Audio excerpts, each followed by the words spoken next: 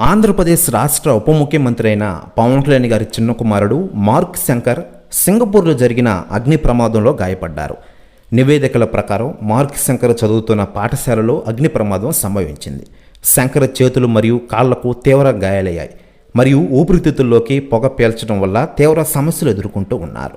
ప్రస్తుతం అతను సింగపూర్లోని ఒక ఆసుపత్రిలో చికిత్స పొందుతున్న విషయం మనకందరికీ తెలిసిందే.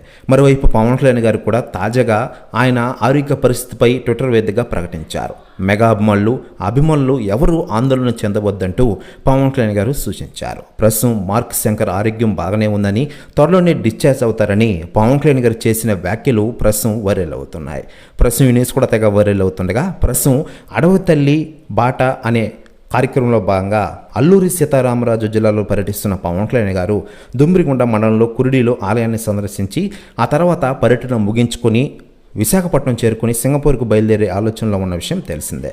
అయితే లేటెస్ట్గా అందుతున్న సమాచారం ప్రకారం సింగపూర్కి ప్రత్యేక విమానంలో పవన్ కళ్యాణ్ గారు అలాగే ఆయన పెద్ద కొడుకు అఖిరానందన్ చేరుకున్నారట.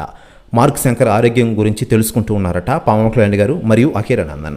ప్రస్తుతం న్యూస్ కూడా తెగ వైరల్ అవుతోంది టోటల్ తెలుగు ఇండస్ట్రీలో. మరోవైపు పవన్ కళ్యాణ్ గారి విషయానికి వస్తే, ప్రస్తుతం పవన్ కళ్యాణ్ గారు ఆంధ్రప్రదేశ్ రాష్ట్ర డిప్యూటీ సీఎం హోదాలో ప్రజలకు సేవలు అందిస్తున్న విషయం మనకందరికీ తెలిసింది.